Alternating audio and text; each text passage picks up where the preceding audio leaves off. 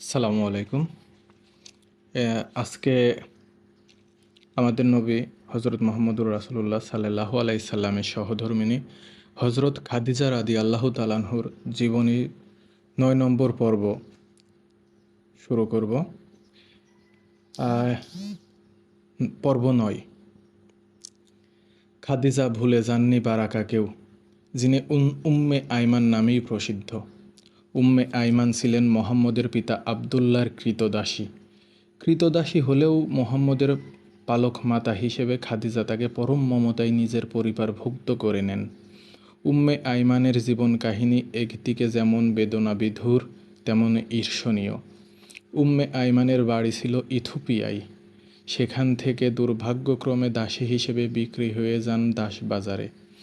আবদুল্লাহ সদয় হয়ে তাকে নিজের কৃতদাসী হিসেবে কিনে আনেন। উম্মে আইমান এ সময় নিতান্ত বালিকা। উম্মে আইমানকে কিনে আনার ২ সপ্তাহ পর আবদুল্লাহ বিয়ে করেন ইয়াসবির নিবাসী আব্দুল ওয়াহাবের কন্যা আমিনাকে। বিয়ের পর তিনি কৃতদাসী উম্মে আইমানকে নববধূ আমিনার হাতে তুলে দেন। চমৎকার একটি জুটি এবং দারুণ প্রেমময় ছিল তাদের নতুন সংসার। কিন্তু অচিরেই এই সংসারে নেমে আসে বেদনার রাশি রাশি কালো মল। উম্মে আইমান নিজেই বর্ণনা করেন, বিয়ের ২ সপ্তাহ পর আবদুল্লাহর পিতা আব্দুল মুত্তালিব ছেলের ঘরে এসে তাকে ব্যবসা উপলক্ষে ৭০ দামেস্ক অভিমুখে কাফেলার সঙ্গী হতে বলেন। আবদুল্লাহ তার পিতার একান্ত বাধ্যগত সন্তান। তার পক্ষে পিতার কথার অবাধ্য হওয়া সম্ভব নয়। তিনি ব্যবসা যাত্রার জন্য প্রস্তুত হতে লাগলেন, কিন্তু নবপরিণীতা আমিনা এটা কিছুতেই মানতে পারলেন না। উম্মে আইমান বলেন, পিতা আব্দুল মুত্তালিবের এমন আদেশ শুনে আমিনা কেঁদে ওঠেন এবং বলতে থাকেন, কি আশ্চর্য, এমন হবে কেন? আমার স্বামী কিভাবে আমাকে রেখে ব্যবসার জন্য সিরিয়া যেতে পারে? আমি এখনও নববধূ, আমার হাতের মেহেদি পর্যন্ত শুকায়নি, কিন্তু আবদুল্লাহকে যেতেই হবে। এটা তাদের পারিবারিক মৌসুমি ব্যবসা। আবদুল্লাহর বাণিজ্য যাত্রা আমিনার হৃদয়টা ভেঙে চুরে চুরমার করে দেয়। তিনি কাঁদতে কাঁদতে ঘরের মাটিতে লুটিয়ে পড়তেন।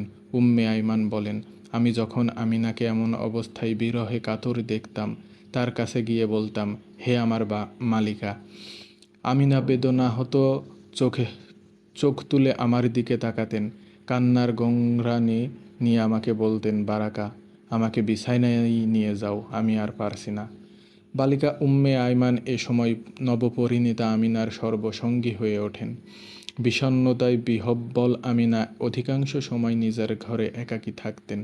কারো সঙ্গে দেখা করতেন না, কথা বলতেন না। একমাত্র আব্দুল মুত্তালিব এলে কেবল তার সঙ্গে কথা বলতেন। উম্মে আইমান বলেন, আবদুল্লাহর দামেস্ক যাত্রার ২ মাস পর এক বিমুগ্ধ সকালে আমিনা আমাকে ডেকে বললেন, বারাকা, আমি তো এক আশ্চর্য স্বপ্ন দেখেছি। আমি বললাম, নিশ্চয়ই ভালো কিছু আমার মালিকা। আমিনা বললেন, আমি দেখলাম আমার গর্ভ থেকে বিচ্ছুরিত হচ্ছে অলৌকিক আলো। সে আলো মক্কার চারপাশের পাহাড়, জনপদ ও মরুভূমিকে আলোকিত করে তুলছে। আমি হয়রান হয়ে জিজ্ঞাসা করলাম, আপনি কি গর্ভবতী মালিকা? তিনি লজ্জারাঙা হয়ে বললেন, হ্যাঁ বারাকা, কিন্তু আমি তেমন কোনো অস্বস্তি অনুভব করছি না, যেমনটি অন্য গর্ভবতী মায়েরা করে থাকে। আমি তাকে আশ্বস্ত করে বললাম, আপনি এক বরকতময় শিশুর জন্ম দেবেন, যে আলোকিত করবে সমাজকে। আবদুল্লাহর বিরহে আমিনা কাতর। গর্ভকালীন এ সময়টাতেও তিনি নিজেকে অন্য সবার কাছ থেকে গুটিয়ে রাখতেন। উম্মে আইমান কথার ফুলঝুরি এবং নানা ধরনের হাস্যরত্মক গল্প কবিতা শুনিয়ে চেষ্টা করতেন তার মালিকাকে উৎফুল্ল রাখতে। এর মধ্যে একদিন হন্তদন্ত হয়ে আব্দুল মুত্তালিব এলেন আমিনার ঘরে। জানালেন এখনই তাকে মক্কার পাশে পাহাড় চূড়ায় আশ্রয় নিতে হবে। আব্রাহা নামে ইয়েমেনের এক বাদশা তার বিশাল হস্তি বাহিনী নিয়ে মক্কা আক্রমণের জন্য এগিয়ে আসছে। সে আল্লাহর ঘর কাবাকে ধূলিসাৎ করার অভিপ্রায় নিয়ে আসছে। মক্কার কাউকে সে ছাড়বে না। নিরাপত্তার জন্য মক্কার সবাই পাহাড়ের চূড়ায় গিয়ে আশ্রয় নিয়েছে। আমিনা শ্বশুরের কথায় বিন্দুমাত্র ভীত হলেন না। তিনি স্পষ্ট বলে দিলেন, স্বামীর ঘর ছেড়ে তিনি কোথাও যাবেন না। আল্লাহর ঘর কাবাকে ধ্বংস করার ক্ষমতা আবরার নেই। আব্দুল মুত্তালিব আমিনার চেহারায় এমন আত্মবিশ্বাসের ছায়া দেখে বিচলিত হয়ে পড়লেন। অগত্যা তিনি তাকে মক্কায় রেখেই অন্যান্য মক্কাবাসীকে নিয়ে পার্শ্ববর্তী পাহাড়ের চূড়ায় আশ্রয় নিলেন। কিন্তু শেষমেশ আমিনার কথাই সত্য হলো। আবরার সেনা ও হস্তি বাহিনী ক্ষুদ্র পাখির ঝাঁকের ছুড়ে দেওয়া প্রস্তুতাঘাতে কর্তৃত তৃণের মতো মক্কার উপকণ্ঠে মরে পড়ে রইল। দিন রাতের পুরোটা সময় উম্মে আইমান আমিনার পাশেই থাকতেন। তিনি বলেন, আমি তার পায়ের কাছে ঘুমাতাম এবং তিনি যখন ঘুম ঘরে দূর প্রবাসী স্বামীর নাম ধরে ডাকতেন আমি সহজেই শুনতে পেতাম। তার গোংরানিতে অনেক সময় আমার ঘুম ভেঙে যেত। আমি তাকে সান্ত্বনা দেওয়ার চেষ্টা করতাম। কিছুদিন পর দামেস্কের অগ্রবর্তী বাণিজ্য কাফেলা ফিরে এলো। আবদুল্লাহ এসেছে কি না এটা জানতে বালিকা উম্মে আইমান গোপনে আব্দুল মুত্তালিবের বাড়ির ভেতরে গিয়ে কান পাতলেন। কিন্তু সেখানে আবদুল্লাহর ফিরে আসার কোনো সংবাদ পেলেন না। তিনি ফিরে এলেন, তবে আমিনার দুশ্চিন্তার ভয়ে তিনি তাকে এ ব্যাপারে কিছুই জানালেন না। এক সময় পুরো কাফেলাই মক্কায় ফিরে এলো, কিন্তু আবদুল্লাহ এলেন না। স্বামীর প্রতীক্ষায় প্রতীক্ষমান আমিনার অস্থিরতা উম্মে আইমানকে বারবার দংশন করছিল। তিনি আবার গেলেন আব্দুল মুত্তালিবের বাড়িতে। এবার তিনি শুনতে পেলেন এক সংবাদ, যার জন্য তিনি মোটেই মক্কার কেউ প্রস্তুত ছিল না। শুনলেন মক্কায় ফেরার পথে আবদুল্লাহ মদিনার কাছাকাছি এসে প্রতিমধ্যে রোগে ভুগে মারা গেছেন। উম্মে আইমান বলেন, এ সংবাদ শোনার সঙ্গে সঙ্গে আমি শঙ্কিত হয়ে পড়লাম। আমি ভাবতে পারলাম না আমিনাকে এ সংবাদ আমি কিভাবে দেব।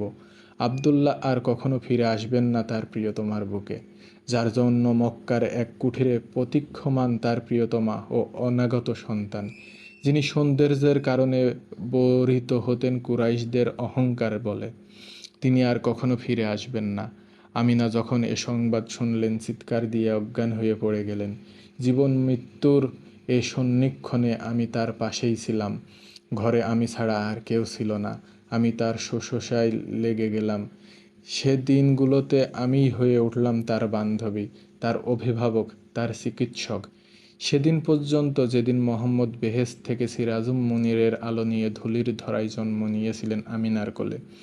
মোহাম্মদ ভূমিষ্ঠ হওয়ার পর সর্বপ্রথম তাকে বুকে জড়িয়ে নিলেন বারাকা, উম্মে আইমান। একটু পর তার দাদা আব্দুল মুত্তালিব এসে নাতিকে কোলে নিয়ে গেলেন কাবা চত্বরে। সেখানে তিনি মক্কাবাসীকে নিয়ে নতুন শিশুর আগমনে উৎসব পালন করলেন। মোহাম্মদ তখনও উম্মে আইমানের কোলে ছিলেন, যখন হালিমা সাদিয়া তার মাতৃত্ব গ্রহণ করে তাকে মক্কার বাইরে ঊষর স্বাধীন মরুর তাঁবু জীবনে নিয়ে যান। 5 বছর পর যখন মোহাম্মদ ফিরে আসেন আমিনার কোলে, তখন আমিনার সঙ্গে উম্মে আইমানও তাকে বুকে জড়িয়ে নেন। মোহাম্মদের বয়স যখন 6 বছর, তখন আমিনা তার শিশু সন্তানকে নিয়ে ইয়াসবিরে স্বামীর কবর জিয়ারতের আগ্রহ প্রকাশ করলেন। আব্দুল মুত্তালিব ও উম্মে আইমান যদিও তাকে সেখানে যেতে নিষেধ করেন, কিন্তু আমিনা তার সিদ্ধান্তে অটল রইলেন। একদিন সকালবেলা আমিনা, উম্মে আইমান এবং শিশু মোহাম্মদ সিরিয়াগামী এক কাফেলার সঙ্গে ইয়াসবিরের পথে যাত্রা করলেন। একই উটের হাওলায় চড়ে তারা 3 জন চললেন ইয়াসবিরের পথে। 10 দিনের সফর শেষে তারা ইয়াসবিরে পৌঁছালেন। আমিনা পুত্র মোহাম্মদকে তার মামাদের কাছে রেখে স্বামীর সমাধি জিয়ারত করতে গেলেন। ভালোবাসা আর বেদনার নোনা জলে ভিজিয়ে দিলেন প্রিয়তম আবদুল্লার কবরের শুষ্ক মাটি। ইয়াসবিরে কয়েক সপ্তাহ অবস্থানকালে প্রায় দিনই তিনি স্বামীর কবরের পাশে বসে অঝরে কাঁদতেন। ইয়াসবিরে কয়েক সপ্তাহ অবস্থান করে আমিনা মক্কায় ফেরার সফর শুরু করলেন। ইয়াসবির থেকে মক্কার পথে রওনা হয়ে আবওয়া নামক স্থানে আসার পর আমিনা হঠাৎ অসুস্থ হয়ে পড়লেন এবং তার অসুস্থতা দ্রুত অবনতির দিকে যেতে লাগলো। তার শরীর জ্বরে পুড়ে যাচ্ছিল, ঠিকমতো কথা বলতে পারছিলেন না। তার অসুস্থতার দরুন 3 সদস্যের এ কাফেলা সেখানেই যাত্রা বিরতি করতে বাধ্য হলো। এ সময় আমিনা উম্মে আইমানকে নিজের কাছে ডাকলেন। উম্মে আইমান বর্ণনা করেন, আমিনা আমাকে ডেকে বললেন, বারাকা শোনো, আমার জীবনের মঞ্জিল হয়তো শেষ হয়ে এসেছে। জীবন থেকে আমারও হয়ে গেছে সময় বিদায় নেওয়ার। আমার বুকের ধন মোহাম্মদকে তোমার বুকে রেখে গেলাম। আজ থেকে তুমি তার মা। তুমিই তার সব। সে যখন আমার গর্ভে ছিল তখন হারিয়েছে পিতাকে, এখন চোখের সামনে নিজের মাকেও চলে যেতে দেখছে। তুমি জীবনের শেষ দিন পর্যন্ত এতিম মোহাম্মদের মা হয়ে থেকো, কখনো তাকে ছেড়ে যেও না। আলবিদা।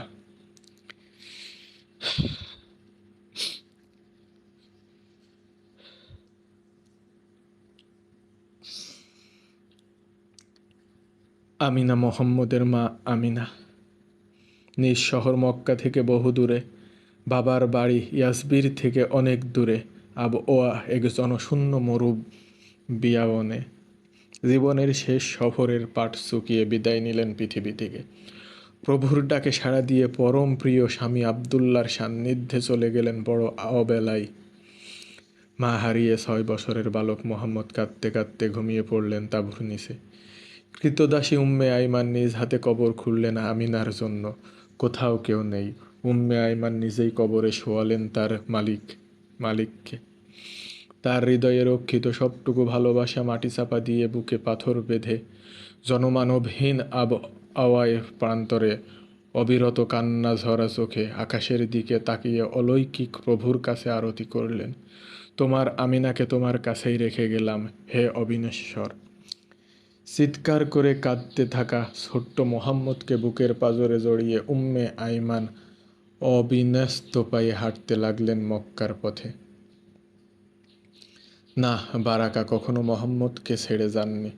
ছোট্ট শিশুটি থেকে তাকে বুকের অপর ভালোবাসা দিয়ে গড়ে তুলছিলেন তিল তিল করে। মায়ের মমতার চাদরে জড়িয়ে রেখেছিলেন জীবনভর। জীবনের শেষ দিন পর্যন্ত আমিনাকে দেওয়া তার কথার বিন্দু মাত্র বরখেলাপ করেননি তিনি। বারাকা উম্মে আইমান মোহাম্মদের মা। উম্মে আইমান সদ্য মা হারানো এতিম বালক মোহাম্মদকে বুকে আগলে মক্কায় চলে গেলেন। তাকে অর্পণ করলেন তার দাদার কাছে। তিনি নিজেও রয়ে গেলেন মোহাম্মদের মা হয়ে। 2 বছর পর আব্দুল মুত্তালিবও মোহাম্মদকে একাকী করে দুনিয়া থেকে বিদায় নিলেন। চাচা আবু তালেব বুকে টেনে নিলেন ভাতিজাকে। উম্মে আইমান তার সঙ্গেই রইলেন। বালক মোহাম্মদকে ভালোবাসার আঁচল দিয়ে ঢেকে রাখলেন। তাকে বালক থেকে কিশোর, কিশোর থেকে গড়ে তুললেন পরিপূর্ণ এক যুবকে। মোহাম্মদ যখন খাদিজাকে বিয়ে করেন, বিয়ে উপলক্ষে মোহাম্মদ তার মা তুল্য এই কৃতদাসীকে দাসত্ব থেকে মুক্ত করে স্বাধীন করে দিলেন। উম্মে আইমান স্বাধীন হওয়ার পরেও মোহাম্মদকে ছেড়ে গেলেন না। মোহাম্মদের মাথায় হাত বুলিয়ে বললেন, আমি কখনো তাকে ছেড়ে যাব না। সে কখনো আমাকে ছেড়ে থাকবে না। মোহাম্মদ বড় ভালোবাসতেন তার এই মাকে, বড় সম্মান করতেন উম্মে আইমানকে। বিয়ের পর একদিন মোহাম্মদ উম্মে আইমানকে ডেকে বললেন, ও আমার মা, এখন তো আমি বিয়ে করে ফেললাম, কিন্তু তুমি তো এখনো অবিবাহিত। কেউ যদি এখন তোমাকে বিয়ে করতে চায় তাহলে তোমার কি মতামত? উম্মে আইমান মোহাম্মদের দিকে তাকিয়ে বললেন, আমি কখনোই তোমাকে ছেড়ে যেতে পারবো না। কোনো মা কি তার সন্তানকে ছেড়ে থাকতে পারে? মোহাম্মদ অশ্রু ভেজা চোখে হাসলেন এবং চুমু খেলেন তার মাথায়। এরপর তিনি সদ্য পরিণীতা খাদিজার দিকে তাকিয়ে বললেন, এ হচ্ছে বারাকা। আমার মায়ের মৃত্যুর পর সেই আমার মা হিসেবে আমাকে বড় করেছে। সেই আমার পরিবারের একমাত্র সদস্য। খাদিজা ভালোবাসার দৃষ্টিতে তাকালেন উম্মে আইমানের দিকে। তাকে কাছে টেনে বললেন, বারাকা, মোহাম্মদের জন্য এত আত্মত্যাগ করেছ যা তুলনাহীন। এখন মোহাম্মদ সে আত্মত্যাগের সামান্য কিছু বিনিময় তোমাকে ফিরিয়ে দিতে চাচ্ছেন। আমি এবং মোহাম্মদ দুজনেই অনুরোধ করছি, বয়স পেরিয়ে যাওয়ার আগে বিয়েটা করে ফেলো। উম্মে আইমান লজ্জিত হয়ে জিজ্ঞেস করলেন, কে আমাকে বিয়ে করবে? খাদিজা বললেন, ইয়াসবির থেকে উবায়েদ ইবনে জায়েদ এসেছেন তোমার বিয়ের প্রস্তাব নিয়ে। তিনি তোমাকে বিয়ে করতে চান, তাকে বিমুখ করো না। উম্মে আইমান এ প্রস্তাব মেনে নিয়ে উবাইদ ইবনে জায়েদকে বিয়ে করলেন। বিয়ের পর তিনি স্বামীর সঙ্গে ইয়াসবিরে চলে যান। কিছুদিন পর তিনি সেখানে এক পুত্র সন্তানের জন্ম দেন, যার নাম রাখা হয় আইমান। আইমানের নাম অনুসারেই তাকে উম্মে আইমান, আইমানের মা বলে ডাকা হতো। উম্মে আইমানের এ স্বামী সংসার বেশি দিন স্থায়ী হলো না। পুত্র আইমানের জন্মের কিছুদিন পর তার স্বামী উবাইদ ইবনে জায়েদ মৃত্যুবরণ করেন এবং তিনি পুনরায় মক্কায় তার ছেলে মুহাম্মদের কাছে চলে আসেন। মুহাম্মদ সাল্লাল্লাহু আলাইহি সাল্লাম যখন নবুয়ত প্রাপ্ত হন, তখন উম্মে আইমান ইসলাম গ্রহণ করে প্রথম সারির মুসলিম হওয়ার সৌভাগ্য অর্জন করেন। ইসলামের জন্য তিনি অনেক কষ্ট সহ্য করেন। নবুয়তের কাজে নানাভাবে তিনি রাসূল মুহাম্মদকে সাহায্য করতেন। বিশেষত মক্কার পৌত্তলিকরা কোথাও কোনো মুসলিমকে নির্যাতন করলে বা রাসূলের বিরুদ্ধে কোনো ষড়যন্ত্র করলে তিনি এবং যায়েদ ইবনে হারেসা সেসব সংবাদ সংগ্রহ করে রাসূলকে জানাতেন। নবুয়তের প্রথম দিকে এক রাতে মক্কার পৌত্তলিকরা দারুল আরকামের চারপাশ ঘিরে ফেলে, যেখানে রাসূল সাল্লাল্লাহু আলাইহি সাল্লাম তার সাহাবীদের নিয়ে পরামর্শ করছিলেন এবং তাদের ইসলামের বিষয়াবলী শিক্ষা দিচ্ছিলেন। এ সময় রাসূলের স্ত্রী খাদিজা জরুরি একটা সংবাদ নিয়ে উম্মে আইমানকে রাসূলের কাছে পাঠান। তিনি বহু কষ্টে পৌত্তলিকদের চোখ ফাঁকি দিয়ে দারুল আরকামে গিয়ে রাসূলের কাছে খাদিজার সংবাদটি পৌঁছান। তার কাছ থেকে গুরুত্বপূর্ণ সংবাদটি শুনে রাসূল অত্যন্ত খুশি হন এবং বলে ওঠেন, তোমার আগমন শুভ হোক। এর বিনিময়ে তোমার জন্য বেহেশতে একটি প্রাসাদ পাওনা রইল। উম্মে আইমান খুশি হলেন। যখন তিনি দারুল আরকাম থেকে চলে এলেন, তখন রাসূল সাল্লাল্লাহু আলাইহি সাল্লাম উপস্থিত সাহাবীদের দিকে তাকিয়ে বললেন, যদি তোমরা কেউ বেহেশতি কোনো রমণীকে বিয়ে করতে চাও, তবে সে যেন উম্মে আইমানকে বিয়ে করে। উম্মে আইমানের বয়স তখন 50-এর কাছাকাছি। তিনি তেমন সুন্দরীও ছিলেন না এবং আকর্ষণীয় নন। রাসূলের পালক পুত্র যায়েদ ইবনে হারিসা দাঁড়িয়ে গেলেন এবং বললেন, হে আল্লাহর রাসূল, আমি উম্মে আইমানকে বিয়ে করতে চাই। তিনি রূপবতী অনেক রমণীর চেয়েও উত্তম। যায়েদ এবং উম্মে আইমানের বিয়ে হয়ে গেল। কিছুদিন পর তাদের ঘর আলো করে এলো এক পুত্র সন্তান। তার নাম রাখা হলো ওসামা। রাসূল সাল্লাল্লাহু আলাইহি সাল্লাম অত্যন্ত স্নেহ করতেন ওসামাকে। তিনি তাকে কোলে নিয়ে ঘুরতেন, তার সঙ্গে খেলা করতেন, নিজ হাতে খাওয়াতেন। রাসূলের সাহাবীরা বলতেন, সে ভালোবাসায় পরিপূর্ণ এক শিশু। রাসূল সাল্লাল্লাহু আলাইহি সাল্লাম যখন মক্কা থেকে মদিনায় হিজরত করেন, তখন উম্মে আইমানকে মক্কায় রেখে যান, কেননা রাসূলের বাড়িতে তখন তার মেয়ে ও পরিবারের অন্য সদস্যরা অবস্থান করছিলেন। তাদের দেখাশোনার জন্য উম্মে আইমান মক্কায় রয়ে যান। হিজরতের 3 মাস পর তাদের নেওয়ার জন্য রাসূল সাল্লাল্লাহু আলাইহি সাল্লাম যায়েদ ইবনে হারিসা এবং ক্রীতদাস আবু রাফেকে পাঠান। উম্মে আইমান রাসূলের 2 কন্যা উম্মে কুলসুম ও ফাতিমা, আবু বকরের পরিবার ও নিজের সন্তান ওসামাকে নিয়ে মদিনার পথে যাত্রা করেন। যাত্রাপথে বাহনের স্বল্পতার কারণে উম্মে আইমান দীর্ঘ পথ হেঁটে পাড়ি দেন। মরুভূমির তপ্ত বালিয়াড়ি পাড়ি দেওয়ার ফলে তার পায়ে ফোস্কা পড়ে যায়। গনগনে রোদের নিচে হাঁটার ফলে তার চামড়া পুড়ে যাওয়ার উপক্রম হয়। দীর্ঘ যাত্রার পর তিনি মদিনায় পৌঁছান। তখন তার পা ছিল ক্ষতবিক্ষত, তার শরীর জুড়ে ধুলোবালি, মুখাবয়ব হয়ে গিয়েছিল রৌদ্র তামাটে। তাকে এ অবস্থায় দেখে রাসূল সাল্লাল্লাহু আলাইহি সাল্লাম দৌড়ে আসেন তার কাছে। তার পাশে বসে বসে বলতে থাকেন, ও উম্মে আইমান, ও আমার মা, তোমার প্রতিদান তো কেবল বেহেশত ছাড়া আর কিছু নয়। রাসূল পরম মমতায় উম্মে আইমানের মুখ ও চোখ থেকে সকল ক্লান্তি মুছে দেওয়ার চেষ্টা করেন। নিজ হাতে তার ক্ষতবিক্ষত পা মালিশ করে দেন। দীর্ঘতম সময় তার শুশ্রূষা করতে থাকেন। মদিনায় উম্মে আইমান নতুন করে তার সংসার শুরু করলেন। এ সময় ইসলামের জন্য নিজেকে আত্মনিবেদিত করে দেন। উহুদের যুদ্ধে শত্রুর তীরবিষ্ঠ উপেক্ষা করে তিনি মুসলিম যোদ্ধাদের পানি পান করান এবং আহতদের চিকিৎসা করেন। খাইবার ও হুনাইনের যুদ্ধেও তিনি রাসূলের সঙ্গে ছিলেন। তার প্রথম ছেলে আইমান হিজরতের 8ম বছরে হুনাইনের যুদ্ধে বীর বিক্রমে যুদ্ধ করে শহীদ হন। তার দ্বিতীয় স্বামী রাসূলের ভালোবাসার পালক পুত্র যায়েদ ইবনে হারিসা সিরিয়ায় মুতার যুদ্ধে সেনাপতি হিসেবে যুদ্ধে শহীদ হন। এ সময় উম্মে আইমানের বয়স হয়েছিল 70-এর কাছাকাছি। রাসূল সাল্লাল্লাহু আলাইহি সাল্লাম প্রায় তার 2 বন্ধু আবু বকর ও উমরকে নিয়ে তার সঙ্গে দেখা করতে আসতেন। তাকে জিজ্ঞেস করতেন, ও আমার মা, কেমন আছো তুমি? উত্তরে উম্মে আইমান বলতেন, বেটা, আমি ভালো আছি। ইসলাম আমাকে অনেক দামি করেছে। রাসূলের ইন্তেকালের পর তিনি প্রায়ই কাঁদতেন, কেউ তাকে জিজ্ঞেস করত, কেন আপনি কাঁদছেন? তিনি বলতেন, আল্লাহর কসম, আমি জানতাম একদিন আল্লাহর রাসূল ইন্তেকার করবেন, কিন্তু আমি এখন কাঁদছি কারণ আরশ থেকে নেমে আসা ঐশীবাণী আমাদের জন্য রুদ্ধ হয়ে গেছে চিরদিনের জন্য। বারাকা উম্মে আয়মান একমাত্র মানুষ যিনি রাসূল সাল্লাল্লাহু আলাইহি সাল্লামকে তার জন্ম থেকে মৃত্যু পর্যন্ত সবচেয়ে কাছ থেকে দেখেছেন।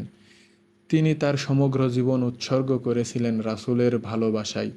রাসূল এবং ইসলামের জন্য তার আত্মত্যাগ স্মরণীয় হয়ে থাকবে ইসলামের ইতিহাসে। এ মহিয়সী নারী হজরত ওসমান রাদিয়াল্লাহু তাআলা আনহুর খেলাফতের সময় ইন্তেকাল করেন। এটাই ছিল 9 নম্বর পর্ব। এই পর্বটা খুবই ইমোশনাল ছিল আসলে, যেখানে নবীজি বাবা এবং মায়ের ঘটনা বর্ণিত হয়েছে, যেটা খুবই হৃদয় বিদারক।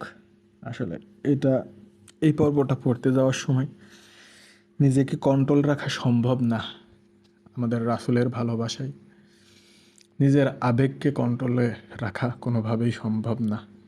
যদি নবীজির সহধর্মীদের জীবনে কাউকে আপনাদের ভালো লেগে থাকে, তবে এই ভিডিওটি আপনাদের নিজেদের পরিজনদের মাঝে ছড়িয়ে দিন, তারাও যেন আমাদের এই মহিয়সী নারীদের জীবনী সম্পর্কে জানতে পারে। আল্লাহ হাফেজ।